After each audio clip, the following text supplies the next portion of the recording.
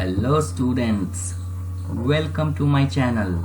अगर आप इस वीडियो को इंग्लिश में देखना चाहते हैं, if you want to watch this video in English, then the video link has been given in the description box. Dear students, today will continue the story a letter to God and this is part 3। ये तीसरा part है, ये आखिरी part है। Throughout the video, I'll explain the story, then we'll discuss some questions, and at last, summary of the story. Okay, so let's start. The following Sunday, Lencho came a bit earlier than usual to ask if there was a letter for him. So जब Lencho ने God को letter लिखा तो उसके बाद वो reply भी expect कर रहा था। उसको पूरा भरोसा था कि गॉड उसको रिप्लाई जरूर करेंगे। इस वजह से अगले संडे को लेंचो पोस्ट ऑफिस, जो उसकी यूजुअल टाइमिंग है, उससे थोड़ा पहले ही चला गया ताकि पता कर सके कि उसके नाम से कोई लेटर आया है या नहीं। It was the postman himself who handed the letter to him, while the postmaster, experiencing the contentment of a man who has performed a good deed, looked on from his office. So contentment means what? Satisfaction, संतुष्टि। तो अब जो postmaster था, जिसने पैसे इकट्ठा करने के बाद उसको एक इन्वेलप में डाल दिया था और उस पे लेंचो का एड्रेस लिख दिया था, इस वजह से जो पोस्टमैन था वो पहले से ही रेडी था कि जैसे ही लेंचो आएगा उसको वो इन्वेलप दे देगा। तो इस वजह से जब पोस्टमैन के सामने लेंचो ने लेटर की मांग की, लेटर की इंक्वायरी की, तो उस पोस्टमैन ने खुद ही उसको वो इन्वेलप दे दिया। और दूसरी तरफ जो पोस्टमास्टर था, जिसने एक अच्छा काम किया था, वो अच्छा काम करने के बाद जो संतुष्टि होती है उसको एक्सपीरियंस करते हुए अपने ऑफिस से बाहर देख रहा था, ताकि वो लेंचो का रिएक्शन देख सके कि लेटर मिलने के बाद वो कितना खुश होता है, कितना ज्यादा उसको आश्चर्य होता है। Lencho showed not the slightest surprise on seeing the money, such was his confidence, but he became angry when he counted the money. अब जब लेंचो को लेटर मिला, जब उसने पैसों को देखा, तो उसके चेहरे पे कोई सरप्राइज का भाव नहीं आया। दूसरी तरफ जो पोस्टमास्टर थे वो ये सोच रहे थे कि लेंचो बहुत ज्यादा आश्चर्य में आ जाएगा, बहुत ज्यादा खुश हो जाएगा, लेकिन उसके चेहरे पे थोड़ा सा भी सरप्राइज वाला भाव नहीं आया, थोड़ा सा भी आश्चर्य नहीं हुआ। इतना उसको भरोसा था गॉड के ऊपर, उसको लगता था कि वो परेशानी में था और इसलिए अगर उसने गॉड से मदद मांगी है तो गॉड तो उसकी हेल्प करेंगे ही, तो इसमें सरप्राइज होने वाली कोई बात ही नहीं थी उसके अकॉर्डिंगली। लेकिन जब उसने पैसों को गिना तो वो गुस्सा हो गया, क्योंकि उसने 100 पेसोज की डिमांड की थी और इन्वेलप में केवल 50 पेसोज से कुछ ज्यादा पैसे थे। तो इस वजह से वो गुस्सा हो गया। What God could not have made a mistake, nor could he have denied Lencho what he had requested. अब उसके दिमाग में दो बातें आई। पहली बात ये कि गॉड को काउंटिंग करने में मिस्टेक नहीं हो सकती कि उन्होंने 100 के बदले गलती से उन्होंने कुछ कम ही पैसे भेज दिए। और दूसरी तरफ उसको ये भी भरोसा था कि गॉड उसके रिक्वेस्ट को इनकार भी नहीं कर सकते, मतलब जो उसने डिमांड की थी उसको वो मना भी नहीं कर सकते। तो इस वजह से उस पैसे की कमी के बारे में उसके दिमाग में कुछ और बात आई। तो देखते हैं क्या बात आई। Immediately, Lencho went up to the window to ask for paper and ink. On the public writing table, he started to write with much wrinkling of his brow, caused by the effort he had to make to express his ideas. Wrinkling means what? To appear lines. तो अब Lencho गुस्से में counter के पास गया और उसने paper और ink की डिमांड की। ऑफ कोर्स वो गॉड को फिर से लेटर लिखना चाहता था। एंड राइटिंग टेबल पे जब वो लेटर लिखना उसने शुरू किया तो उसके ब्रो मीन्स फॉरहेड, उसके फॉरहेड पे, ललाट पे कुछ लाइंस जो है अपीयर हो गई, कुछ लाइंस उभर आई।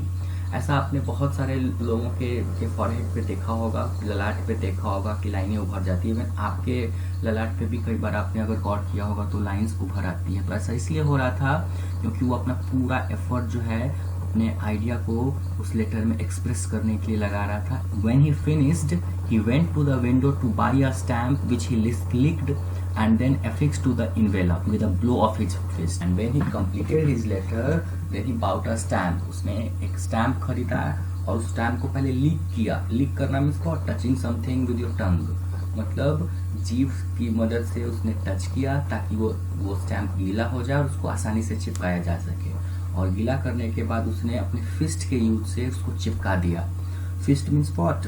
Hands position in which you bend your fingers towards your palm, मतलब मुट्ठी जिसको कहते हैं, तो उसकी मदद से उसने उसको चिपका दिया।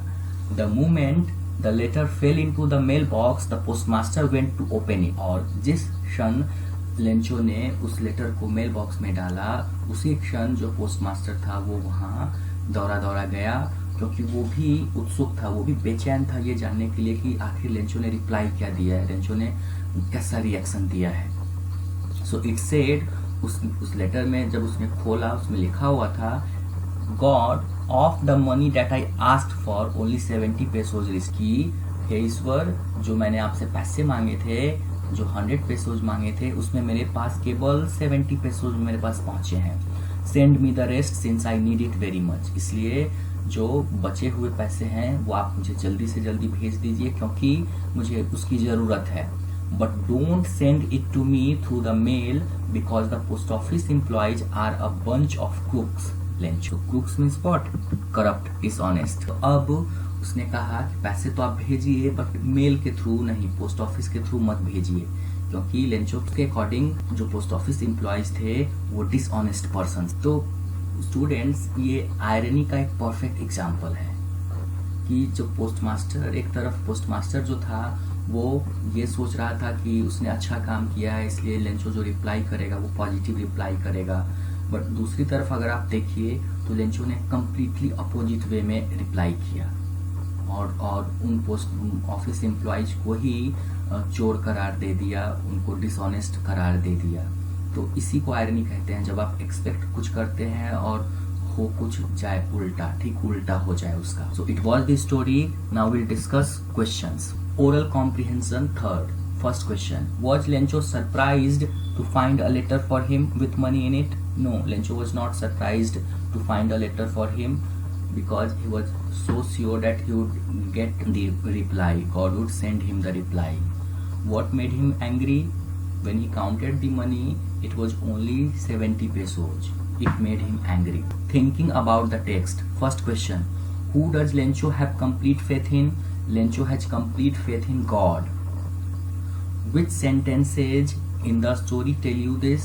बहुत सारे सेंटेंस हैं जो आपको ये बताते हैं कि उसका ईश्वर में भरोसा था, but you can write Lencho says no one dies of hunger. Lencho says God could not make a mistake. Lencho showed not the slightest surprise on seeing the money. इसके अलावा भी ढेर सारे एग्जाम्पल हैं, you can find out. Third question, did Lencho try to find out who had sent the money to him? Why और why not? Lencho didn't try to find out who had sent the money to him because he was so sure, he was quite sure that God did send him the money. Question number 4, who does Lencho think has taken the rest of the money? What is the irony in the situation? So Lencho thinks the post office employees have taken the rest of the money, and the irony, on the one hand, the postmaster was expecting a good reply, a good reaction from Lencho, but Lencho reacted in a completely opposite way. So it is the irony. Now question number 5, are there people like Lencho in the real world? What kind of a person would you say he is? मेरे ख्याल से इसका answer आप खुद लिख सकते हैं। जहाँ तक मेरी बात है, यस, मैं कह सकता हूँ yes, there are several people like Lencho in the real world. और लेंचो किस तरह का आदमी था, आपको ये जो बॉक्स हैं इसमें से जो वर्ड्स हैं उनको आप चुन के आप उसके बारे में लिख सकते हैं, बट मैं आपको इन वर्ड्स के मतलब बता देता हूँ। Greedy means what? लालची। Greedy means what? लालची। Having an excessive desire for something. Knave means निर्दोष, innocent, natural, बिल्कुल भोला वाला। Stupid means बेवकूफ। Fool, ungrateful means unthankful, जो उपकार को नहीं मानता है, जो कृतज्ञ हो। Selfish means स्वार्थी, a person who does think about himself only. Comical means a person who makes everyone laugh through his words and through his activities, जो सबको हंसाता है. Unquestioning means accepting something without dissent or doubt. बिना सवाल किए हुए किसी चीज को स्वीकार कर लेना, बिना किसी शक के किसी चीज को स्वीकार कर लेना. मेरे ख्याल से अब आप इसका आंसर कर सकते हैं. क्वेश्चन नंबर 6, ये लास्ट क्वेश्चन है. There are two kinds of conflicts in the story, between humans and nature and between humans themselves. How are these conflicts illustrated? तो आप इसका जो इलस्ट्रेशन किया गया है, तो आप इसके लिए बहुत सारे सेंटेंसेस, बहुत सारे एग्जांपल्स लिख सकते हैं, लेकिन जो परफेक्ट होगा अगर आप लिखेंगे तो मेरे ख्याल से ये होना चाहिए कि ह्यूमन टू नेचर का अगर जो कॉन्फ्लिक्ट है तो आप कह सकते हैं on the one hand a good rain can help in good harvest, but on the other hand rain along with hailstones devastated the crops completely. और अगर ह्यूमन टू ह्यूमन अगर कॉन्फ्लिक्ट अगर आपको शो करना है तो आप लिख सकते हैं postmaster tries to help Lencho in order not to shake his faith in God, whereas Lencho could not understand or think about this charity. So ये सारे क्वेश्चंस थे, इनको हमने डिस्कस किया, but I am telling you again कि आप लोग इसको अपने लैंग्वेज में, अपने वर्ड्स में लिखिएगा और जहां तक कोशिश हो कॉपी मत कीजिएगा. सो अब लास्ट में हम लोग समरी देखेंगे. तो ये पूरे स्टोरी की समरी आपके सामने है, आप इसको देखिए. बट जैसा कि मैंने क्वेश्चन आंसर के दौरान कहा, कॉपी मत कीजिएगा, इसको भी आप अपने वर्ड्स में लिखिएगा, आप इसको देख के हेल्प ले सकते हैं. Dear students, I hope you have enjoyed my class, and if you have liked my class, please do like and share my video. इस वीडियो को जितना लाइक और शेयर कर सकते हैं करिए. Thanks for watching. One minute. Please don't forget to subscribe and press the bell icon. Thank you very much.